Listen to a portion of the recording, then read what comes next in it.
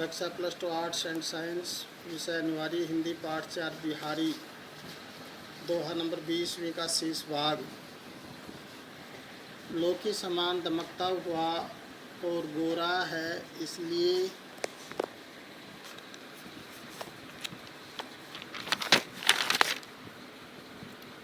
रात को दीपक बुझा देने पर भी घर में बड़ा उजाला बना रहता है।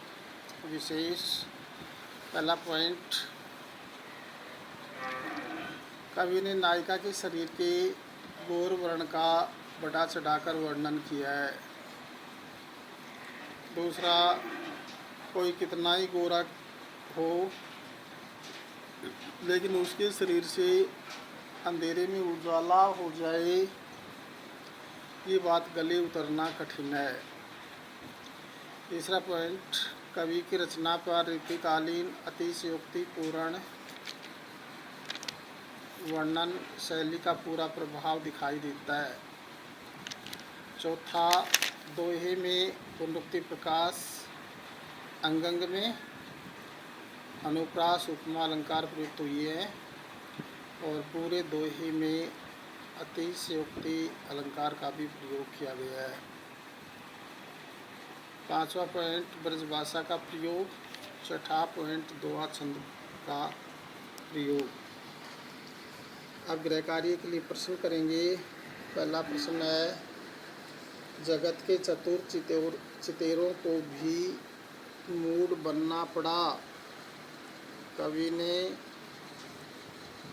ऐसा क्यों कहा है?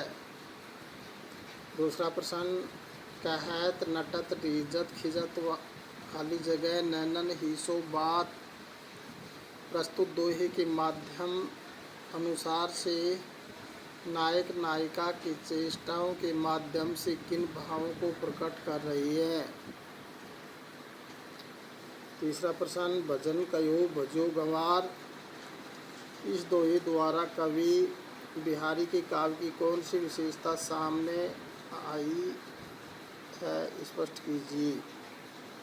चौथा प्रश्न, एक संख्या के आगे बिंदी शून्य लगाने और एक स्त्री के मस्तक पर बिंदी लगाने पर क्या अंतर दिखाई देता है? दोहे के आधार पर स्पष्ट कीजिए। पांचवा प्रश्न, अनुरागी चित्त की कवि ने क्या विशेषता बताई है, इसका आशय क्या है, स्पष्ट कीजिए। छठा प्रश्न, को छूट्यो उर्जत जात, इस दोहे में कवि ने जाल और कुरंग शब्दों को किनका प्रतीक बनाया है, स्पष्ट कीजिए। लास्ट है सातवां प्रश्न, सप्रसंग व्याख्या कीजिए। बतरस लालच लाल की मुरली धरी लुकाए, सोहो करे बोहनी हंसे दैन कहे नट जाए। अगला पाठ शुरू होता है, भूषण कवि। कवि परिचय। वीर रस के सिद्ध कवि भूषण का जन्म सन 1613 ईस्वी में कानपुर के गांव टिकुआपुर में हुआ था। इनके पिता पंडित रत्नाकर त्रिपाठी थे। भूषण का वास्तविक नाम घनश्याम बताया जाता है। भूषण इनकी उपाधि थी या पदवी थी, जो इनकी प्रतिभा से प्रभावित होकर चित्रकूट के राजा रुद्र ने प्रदान की थी। भूषण ने महाराज शिवाजी और छत्रसाल को अपनी कविता का नायक बनाया है। इन दोनों के पराक्रम और दानशीलता का बहुत बढ़ा चढ़ाकर वर्णन किया है। भूषण का देहावसान 1715 ईस्वी के लगभग हुआ। रचनाएं। भूषण के 3 ग्रंथ उपलब्ध हुए हैं, शिवराज भूषण, शिवा बावनी और छत्रसाल दशक। कवि भूषण ऋतुकालीन घोर श्रृंगार में काव्य रचना के वातावरण के बीच अपनी ओजमयी वाणी और अत्युक्तमयी शैली में वीर रस के काव्य का सृजन किया। आपके द्वारा सेनाओं के प्रयाण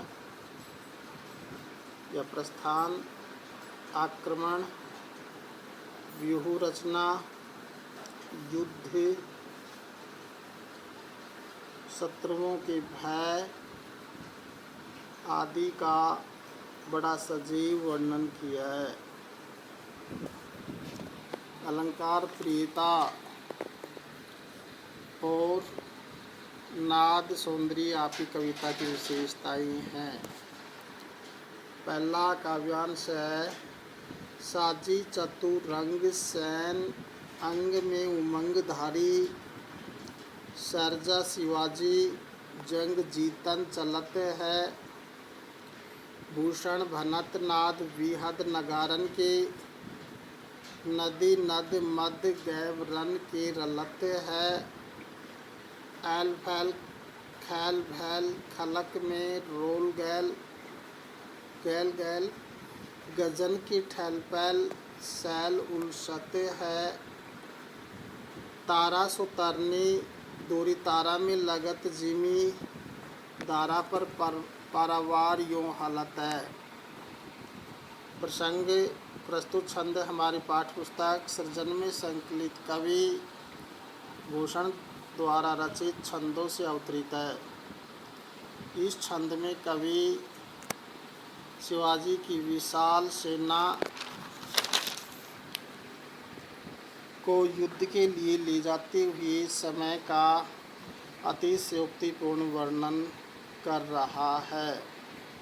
व्याख्या, कवि भूषण वर्णन करते हुए कहते हैं कि जब शिवाजी युद्ध में विजय पाने के लिए अपनी विशाल सेना सजाकर और मन में उत्साह भरकर चलते हैं तो सेना के नगाड़ों की भारी नाद गूंजने लगता है।